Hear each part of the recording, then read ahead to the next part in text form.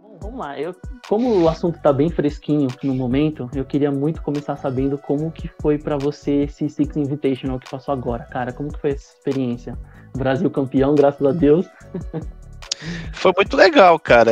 A gente tava numa grande expectativa, fizemos uma cobertura diferente dos anos anteriores, que pra mim é até diferente de tudo que eu já tinha vivido, porque eu cobri 3 Invitationals, 18, 19... 2018, 2019 eu fui pela TV Globo, então a gente cobriu pelo Globo Esporte, eu tava do lado da imprensa. 2020 eu já fui pela Ubisoft pra cobrir, e esse ano a gente iria pra lá não fosse a pandemia. E aí a gente fez toda uma estrutura de cobertura aqui que a gente mudou um pouco o formato, que normalmente entre um jogo e outro a gente criava countdown, né? E aí esperava a partida começar. Eu falei, poxa, a gente tem conteúdo, tem gente que entende do jogo, tem gente para consumir, vamos fazer uma grande de uma mesa redonda e vamos ficar batendo papo, esquentando, a gente tem estatística. Então, assim, foi um desafio da parte de produção, de colocar um material. A gente ficava 10 horas no ar sem nenhum intervalo. Para dizer que não, a gente tinha os intervalos comerciais, que cada intervalo tinha 2 minutos, então a gente ficava todo o tempo no ar conversando, projetando, fizemos um esquema tipo Olimpíada, porque nós tínhamos 2 streams acontecendo ao mesmo tempo, então a gente estava transmitindo os jogos dos brasileiros, os jogos que a gente considerava mais importante na stream A, mas às vezes tinha brasileiro jogando na stream B, então a gente colocava meio que simultaneamente, e quando terminava o jogo da stream A, a gente entrava na mesa fazendo uma espécie de react, torcendo para os times brasileiros, e ao fim ver o título do Brasil foi muito legal, porque eu acompanho o cenário de Rainbow Six especificamente desde o começo, na verdade desde 2016, fim de 2016, começo de 2017, e ter acompanhado pela TV Globo há alguns anos eu vi muito de perto, e depois eu me apaixonei pelo cenário e quis o destino que eu saísse do jornalismo tradicional, do veículo de comunicação, para uma produtora de game, para fazer um pouco de entretenimento, mas eu trouxe muita bagagem de jornalismo e coloquei dentro da transmissão do esporte eletrônico princípios básicos de transmissão esportiva e de telejornalismo. Então trouxe muita coisa. E aí terminou que, ter esse lado do jornalismo, da profissão, dentro de uma transmissão, combinando com o título brasileiro de um jogo que eu acompanho há muito tempo, primeiramente como jornalista e depois como fã e torcedor, e, foi muito legal. Sei que você joga também. Eu jogo esse jogo ali. Já peguei um Dimas ali, já jogo desde que o jogo foi lançado. Aliás, eu jogo antes dele ter sido lançado, porque já nessa época eu tinha contato com a assessoria de imprensa da Ubisoft, então eu já fazia algumas coisas na Globo de esporte eletrônico, de games, e eles me mandaram uma versão do jogo Alpha, eu testei, depois joguei o Beta, e aí quando o jogo foi lançado, desde o primeiro dia, eu já comecei a jogar ele quando ele foi lançado. Pô, isso é incrível, cara. Eu também sou um fã, assim, muito assíduo de Rainbow Six, sabe? Jogo bastante, mas eu jogo no console. Eu sou do PlayStation 4. Eu comecei no console também. Eu acompanho você desde quando você criou o canal e vem falando disso lá no canal, soltando os conteúdos. E aí procurei inclusive para pegar umas dicas de como dar uns strafezinhos. Eu acompanhava bastante isso. Cara, isso é muito legal, essa experiência que você falou de trazer seu conteúdo, a bagagem que você tem do jornalismo para introduzir nesse meio, que era inclusive até uma das nossas perguntas aqui para você, que é como que foi, né, isso, você ter um olhar diferente para essa parte dos esportes. Como que você viu isso, enxergou uma oportunidade? Como que foi? Na verdade eu já gostava muito de esporte eletrônico e mais do que isso eu me apaixonava por criação de conteúdo de uma maneira geral. E dentro da TV Globo eu senti que as coisas estavam avançando de maneira muito lenta. A TV, de uma forma geral, não acompanhou a internet. Então eu via muita referência gringa de coisas que estavam sendo feitas ou em emissoras de TV dos Estados Unidos ou de transmissões de esportes na Europa. Eu tinha muita referência legal que eu falei, cara, eu queria introduzir isso dentro da TV, porque eu achava que a transmissão de futebol da TV é muito pobre de elemento visual, é muito pobre em entretenimento, é uma transmissão seca, burocrática, e isso foi me frustrando um pouco. A produção de conteúdo também Porque uma reportagem nada mais é do que um conteúdo, né? Hoje a gente usa esse termo de maneira muito corriqueira, produção de conteúdo, mas na TV vai lá fazer um VT, vai lá fazer uma reportagem.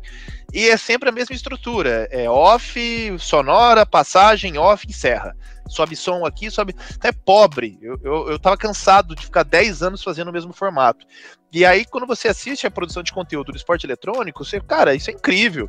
Eu posso, além de perguntar, eu posso fazer parte da história, eu posso jogar, eu posso fazer entretenimento, eu posso introduzir número, arte, eu posso fazer um monte de coisa, eu posso quebrar regras que na TV eu não posso. Na TV é tudo 1 minuto e meio, 2 minutos máximo, se é um jornal de rede é 50 segundos, e esse era muito chato, então eu falei, eu quero fazer uma coisa diferente, eu cansei de fazer futebol. Primeiro porque o futebol tava chato, os treinos eram todos fechados, o técnico não deixava a gente entrevistar mais, era sempre no portão, fazendo entrada ao vivo com um muro nas costas. Eu falei, cara, isso tá muito chato. E aí, quando você chega num ambiente novo, que tá muito aberto ainda para evoluir. Então, eu acho que assim, no Brasil, a gente ainda tem muito espaço para crescer e criar coisas novas, e tem muita coisa acontecendo, tem muita possibilidade de tecnologia que te permite sair da caixa e é muito rápido. Você, vamos fazer? Vamos arriscar? Vamos. Então é um mercado muito mais arrojado do que uma emissora de TV. Então, isso que me encantou. Eu falei, cara, eu quero fazer isso, eu quero estar na vanguarda. Eu não quero ser um cara que daqui 5, 10 anos eu tô vendo as pessoas fazendo coisas diferentes e eu tô fazendo a mesma coisa nos últimos 20. Foi legal, fiz 10 anos off, passagem sonora, mas agora eu quero fazer coisa diferente. E isso que foi essa chama que me trouxe, além, obviamente, da paixão pelo jogo, de jogar desde sempre. Sim, eu imagino. Você tocou em uma parte sobre a internet e lá fora ter um sistema de visibilidade, né, para essa área maior. Hoje em dia, você acha que é o principal ponto disso? Hoje, muitos times têm enormes torcidas, a galera comparece bastante, vocês tiveram bastante audiência, né, nesse Six Invitational. É um crescimento bem grande, né? Você consegue visualizar bastante isso. Eu acho que o esporte eletrônico, ele tá numa crescente muito grande. O Brasil é um dos principais mercados do mundo, mas quando a gente faz um comparativo com TV aberta no Brasil, ainda está muito distante. Se a gente comparar com os esportes mais populares do país, está muito distante. A gente precisa entender que o Brasil é um país emergente, é um país que ainda sofre com acesso à internet, com um aparelho.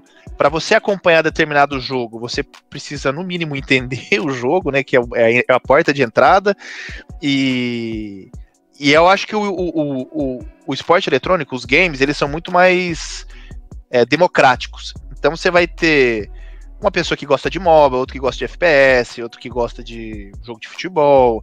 Você vai ter pessoas jogando, de repente, dentro do mesmo estilo, jogos diferentes, como o próprio FPS, né? Que você tem um Counter-Strike, você tem um Valorant, você tem um Rainbow Six. Então você acaba, além do país não ter internet para todo mundo, não ter aparelhos para todo mundo assistir, embora hoje todo mundo já tenha um celular, mas ainda assim não tem a questão da velocidade da internet, franquia de internet, você tem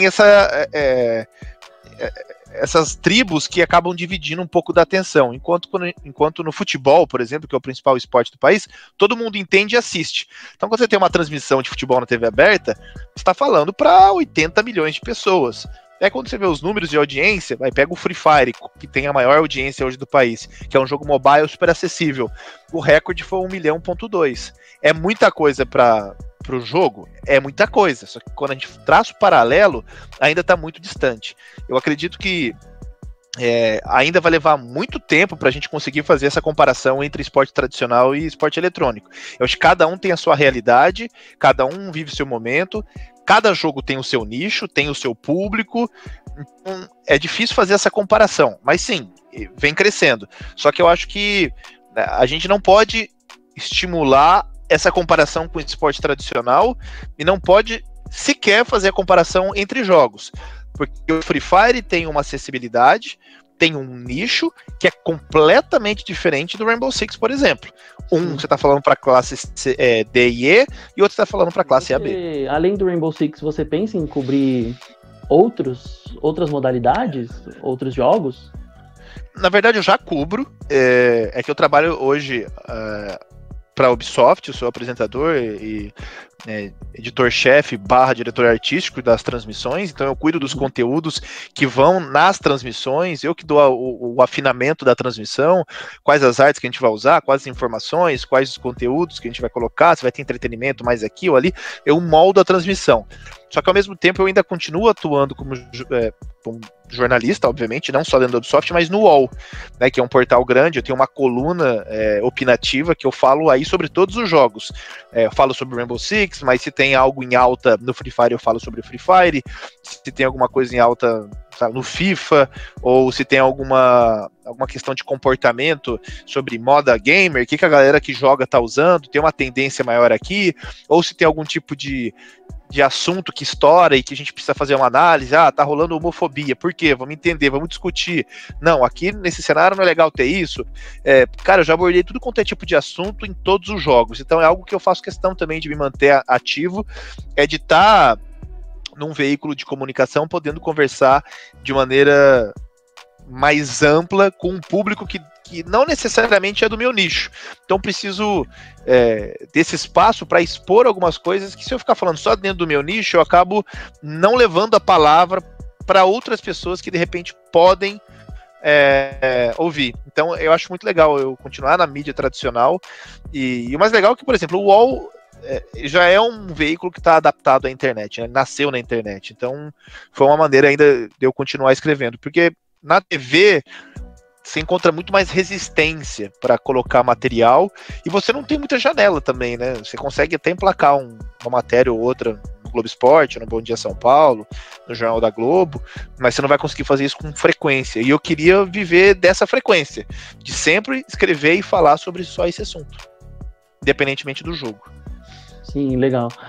Isso é perfeito, isso é bem legal mesmo, de saber o quão introduzido você está nesse meio e o quão participativo você é, né, nesse ramo todo, que, como a gente disse, só vem crescendo. Dentre todas essas experiências, Léo, tem alguma que você tem um carinho especial, algum momento que você viveu dentro dessas coberturas, transmissões e tudo mais, que você tem um carinho maior? Eu tenho várias, na verdade, né? Eu acho que, assim, dentro do Rainbow Six, eu acho que é a primeira vez que eu fiz uma matéria pro Globo Esporte sobre Rainbow Six foi um momento marcante, assim, porque é o jogo que eu amo, no jornal que eu trabalhava, que eu tenho um extremo respeito pelo Thiago Leifert, e foi no momento de transição, assim. Então, falei, pô, Thiago, vou fazer uma matéria assim, ele, pô, vai lá e faz. Então foi um momento marcante, mas logo quando eu cheguei na Globo, em 2010, eu fui cobrir a E3, que é a maior feira de games. Hoje tá meio bagunçado, mas na época era um baita de um evento. E eu fiquei uma semana em Los Angeles. Foi a primeira vez que eu fui para os Estados Unidos, e eu fui lá para cobrir videogame. Então também foi um negócio muito legal. E me marcou bastante também um quadro que eu ajudei a idealizar na Globo, que estreou no Globo Esporte, não sei se ainda tá no ar ou não, mas é o Sob Controle, que a gente semanalmente colocava uma reportagem sobre game, sobre esporte eletrônico. E aí a primeira matéria a gente contou a história de como os esportes começaram no Brasil. Inclusive postei lá no meu IGTV, no meu Instagram, recuperei essa reportagem e coloquei. Que lá em 99, legal, como é que foi a chegada do Counter-Strike no Brasil, o primeiro CS que foi instalado na Lan House, como é que o Brasil começou a surgir. Entrevistamos o Gaules, entrevistamos... Como é que chama o... Não é o Michel, cara. Fugiu o nome dele, mas entrevistamos muita gente legal da antiga, o Léo de Biasi. Pô, entrevistando muita gente legal que fez parte do começo do CS.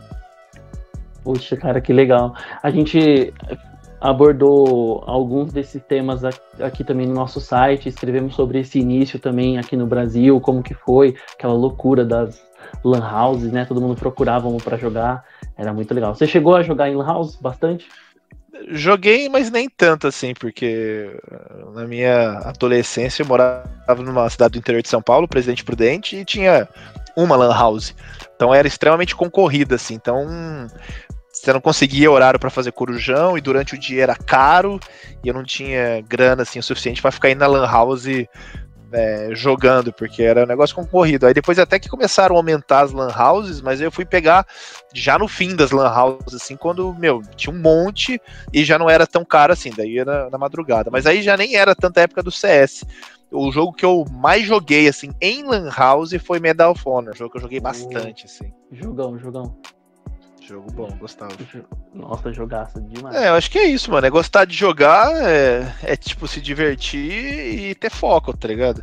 Eu vejo muitas vezes, assim, também pessoas que querem trabalhar com isso, mas quando você entra numa publisher, quando você entra numa redação, quando você entra pra trabalhar com isso, você tem que também saber entender que nem tudo é jogo, né? Eu hoje jogo muito menos do que eu jogava antes.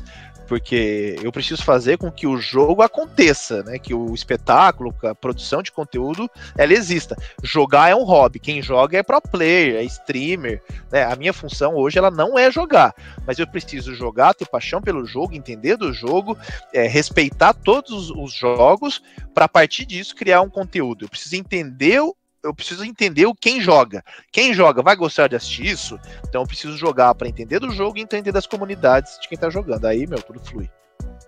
Pô, legal, Léo. De novo, muito obrigado pela sua participação aqui. Muito obrigado por ter topado, né, essa entrevista. Tamo junto.